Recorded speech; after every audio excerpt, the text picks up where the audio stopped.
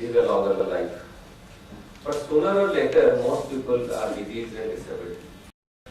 So that raises the question, does it mean that living long is to live in disease and disability?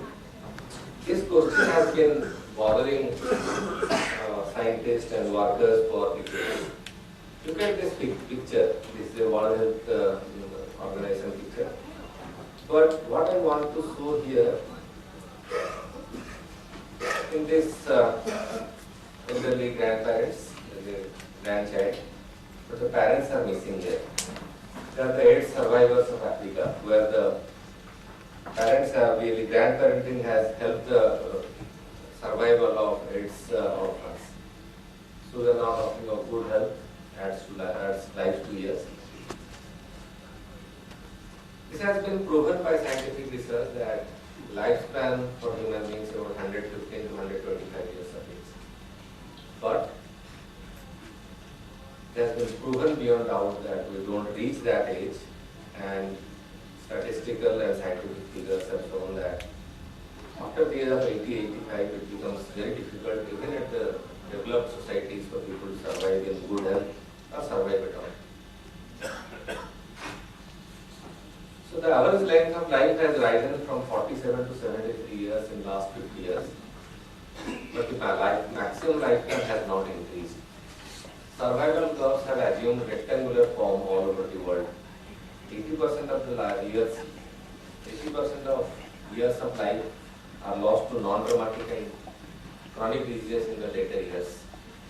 Data shows that average lifespan is about 85 years instead of 115 years. That means we are losing about 30 years of life that nature has given to us.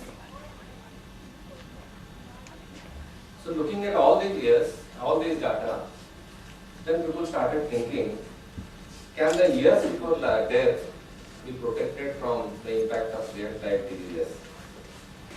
So chronic lifestyle diseases can be postponed by changes in lifestyle. It has been shown that physiologic and psychological markers of aging can be modified.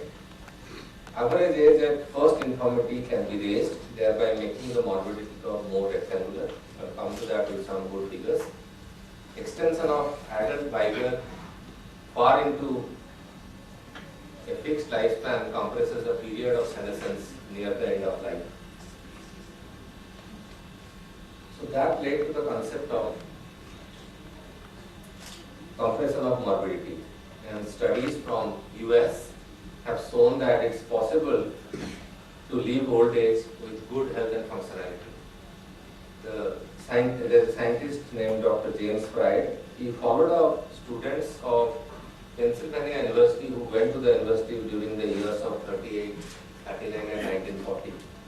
And sometime in 1970 he picked them up and tried to study them. And he finally wrote a paper in 1995 stating that smoking, obesity and sedentary habits lead to early death and poor state of health before death. And avoidance of these factors can reduce disabled years before death significantly. However, in developing societies like ours, where we are in the process of transition from poverty to relative prosperity, the role of obesity and sedentary lifestyle needs to improve further, because older people in our society have worked hard throughout their young age, so no question of having a sedentary lifestyle. So are there other factors which reduces poor health in old age in our countries? This is a figure I wanted to show. First part of the panel shows that the normal life, maybe 50 years back, there's the onset of morbidity and death comes after some time. With good medical service and good socio-economic improvement, while the morbidity onset remained the same, the time of death was further extended to future. So the people are living an additional years in disease and disability.